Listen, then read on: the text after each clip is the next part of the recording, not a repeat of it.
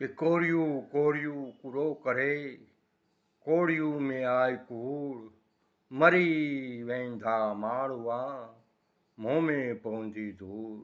દાડો મેકરણ કહે છે કે હે માણસો, કોરી એટલે કચ્છી ભાષામાં પૈસાને કોરી કહેવામાં આવે છે.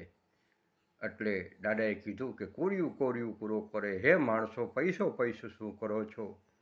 પૈસો આ જગતમાં જ્યારથી આવ્યો છે ત્યારથી ખોટા કાર્ય ખોટા કર્મ થવા માંડ્યા છે.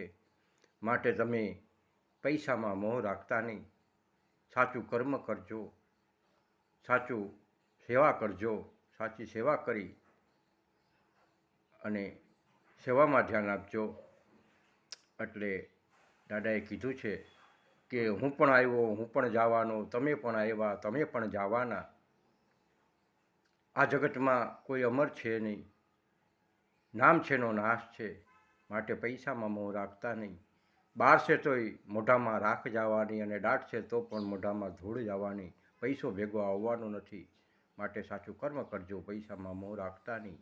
એટલે દાદા મેકરને કીધું કે કોર્યું કોર્યું કૂરો કરે, કોર્યું મેં આય કૂળ, મરી વેંધા માળવા, મોમે પહોંચી ધૂળ. સરસ સાખી દ્વારા દાદા મેકરણે આપણને બોધપાઠ આપી ગયા છે. તો આવી તો દાદા મેકરણની અનેક સાખીઓ છે. અનેક સાખીઓમાં દાદાએ આપણને જીવન જીવવાના રસ્તા બતાવેલા છે. એના અનેક ભજનો છે. એમ કહેવાય છે કે દાદા મેકરણના 12,000 ભજનો હતા, પણ આજે અત્યારે તે મળતા નથી.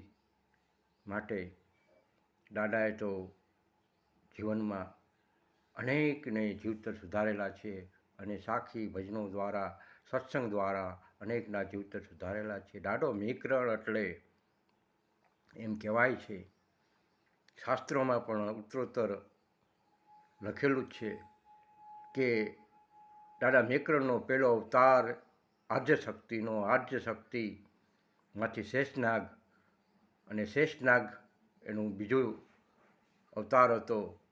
પછી જ્યારે જ્યારે વિષ્ણુ ભગવાન અવતાર લઈને આવે છે ત્યારે એમ કહેવાય છે કે શેષનાગ ક્યારેક નાનાભાઈ તરીકે, ક્યારેક મોટાભાઈ તરીકે અવતાર લઈને આવે છે. લક્ષ્મણ અવતારમાં નાનાભાઈ બન્યા હતા, કૃષ્ણ અવતારમાં મોટાભાઈ બળદેવ બન્યા હતા, રામદેવપીર અવતારમાં વિરમદેવ મોટાભાઈ બન્યા હતા. અને હજી પણ 10મા અવતારમાં બે ભાઈઓ ભેગા જ આવવાના છે. રામદેવપીરને દાદો મેકરણ એમ કહેવાય છે કે 9માં રમ્યા 10માં રમીશું, લઈશું નકલંગ અવતાર, કરવા આવશું કાલે ગાનો સહાર, ને સ્થાપીશું પૂર્વ જન્મની ચાલ. દાદા મેકરણની આ ભવિષ્યવાણી છે, એમાં લખેલું છે. એટલે દાદો